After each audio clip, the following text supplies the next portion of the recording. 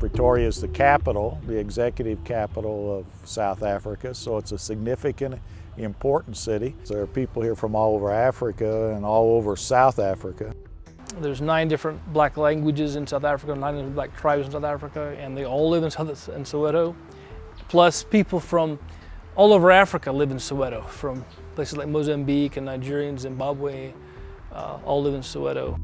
They left because of circumstances where they were looking for some chance and some hope. Often they don't find things tremendously easier or better here.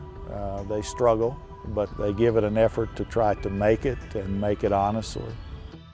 In Johannesburg here, we have a scarcity of employment, and so the people who are here are people who are desperate. Some of the economic status is very, very poor. These people survive day to day, trying to find something to eat, trying to pay rent. In general, it's a little bit poorer. The safety is not always as great as it could be, and there's some suffering that goes on here that's very sad. We don't have job here. You see, that's why a lot of us commit crime. Some of us get the work, but the money we work for is not enough. You see, because we are children, we must provide. We are family, we must provide. I would go around asking for money or look for my boyfriends to give me money so that I go and buy food for myself. We even hear rumors that people are actually recruiting young girls from the townships to work as sex workers. South Africa wants to decriminalize prostitution or sex work to make it legal. It's hard here, it's hard, I don't want to lie, it's hard. Someone will kill someone and he will be arrested for 2 days, he will come out. You know, there's evil spirits around the place. Yo, that's what I'm saying, like without God, you won't survive. Yeah, you won't survive. To think about the most predominant belief system or religion in Johannesburg, I think it's pretty tough. But I think it's more a system of unbelief, you know, where they rely on stuff that is very natural to them and nothing supernatural. There's a Muti market under one of the highways, you know, like where witch doctors buy and sell all sorts of things. Muti is traditional medicine used by traditional healers. Those are called witch doctors or sangomas, and it comes mainly from like a naturalistic meets ancestral type of religious belief. And their traditional belief is in the ancestors, in their parents or grandparents who have died. They believe that they intercede to God for them.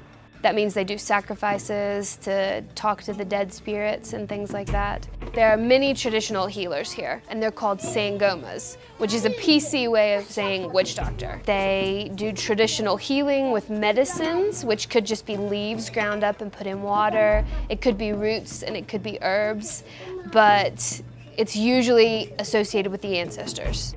I was pregnant, and then they told me, after I had the child, I'm going to die, because my ancestors are angry at me. And after that, I realized, no, the ancestors and the sangomas and my churches, they are nothing. So there are many people who hold to traditional religions. Besides the over 100,000 Muslims that live here, there are probably 800,000 Hindus.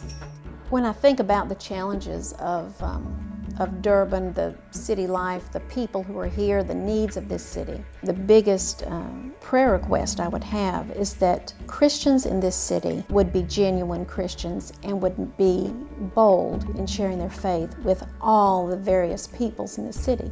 Pray that God would open their eyes to the truth, that they would see that this is the truth, that everything else that they believe is not.